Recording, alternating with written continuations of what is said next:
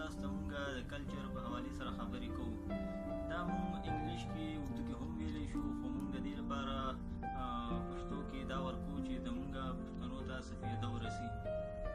یا بعضې نوي سټوډنټان چې سوشیالوجي کې اډمیشن والي دغو کې، نو هغوی ته د دې باره کې د انګلیش کې انډرسټینډینګ لږ سخت وي. نو زه به تاسو ته نن ډیفاین کوم کلچر. What is culture? Culture is the whole structure of society. یعنی کلچر د سوسایټي چې څانګه سټرکچر دی، په دې کې څه کېږي، دې ته ویلی شي کلچر. په دې کې شامل دي هم د بلیف سیسټم شو، او ویلیو شو، رول شو، ریګولیشن شو. د هر یو سوسایټي خپل رول وي، ریګولیشن وي، ویلیوز وي، نامز وي. نو دې ته ویلی شي کلچر. د کلچر به مختلف ټایپس دي، یعنی موږ دوه ټایپس به تاسو ته بیان کوو.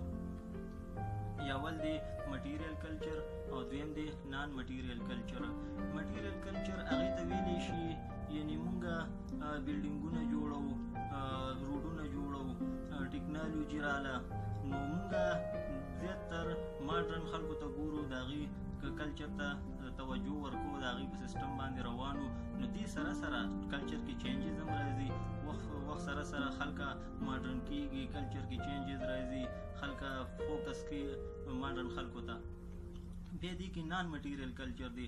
نان مټیریل کلچر هغې ته ویلی شي زموږ سوسایټي کې څه رول دی، څه ریګولیشن دی، څه نام دی، څه ویلیوز دي. یعنې زموږ مړی ژوندی شو، واده ښادي شوه، اخترونه شو، دغه شان نور سرمني ایونټ شو، دې ته موږ نان مټیریل کلچر ویلی شو. او دا هم ډیپینډ کوي په یو بل باندې. یعنې موږ بلډینګ جوړ کړو، روډ جوړ کړو، د خلکو د بلیف سیسټم بدل شي، رول ریګولیشن بدل شي، لایف سټایل بدل شي. او دغه شان دا نان مټیریل کلچر هم په مټیریل کلچر باندې ډیپینډ کوي. یعنې خلکه سوشل میډیا ګوري، ماډرن خلکو ته ګوري، د هغوی نه چلونه زده کوي او نان مټیریل کلچر فالو کوي. بلډینګونه، روډ، د مختلف سټایلونو کې کورونه، د هر څه جوړوي. اوس به موږ د دې په حوالې سره خبرې وکړو چې کلچر اثر څه دی، او آیا په ټوله دنیا کې یو رنګ کلچر وي که نه مختلف وي. دا خبره غلطه ده چې په ټوله دنیا کې یو رنګ کلچر وي.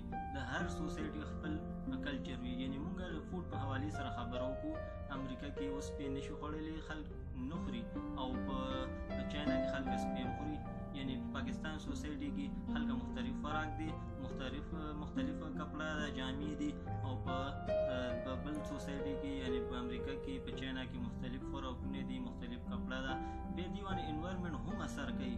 یعنې ګرمې علاقې وي، په هغې کې کوم ځای کې سمندرونه چې ډېر وي، هلته خلک زیاتر کبان خوري، چاولې خوري.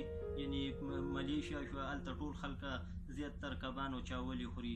داسې نور ملکونه واخله، په هغې کې مختلف خوراکونه دي او دغه دي. او زموږ خلکو بل سوچ دا دی چې دا کلچر صرف کپړې ته ویلی شي او لایف سټایل ته ویلی شي، خو دا نه ده. دې کې دا هر څه راتلی شي.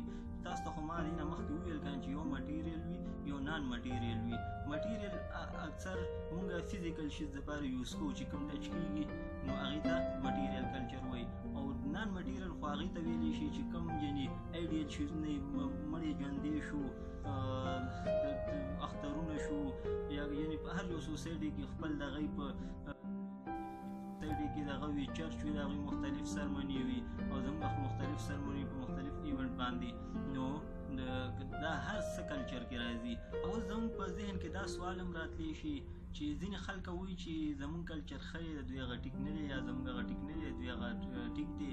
نو دا په هر یو کلچر ټیک دی د هغه خلکو مطابق، دغه خلکو لپاره چې څوک په کومه سوسایټي کې پاتې کېږي او خپل کلچر فالو کوي.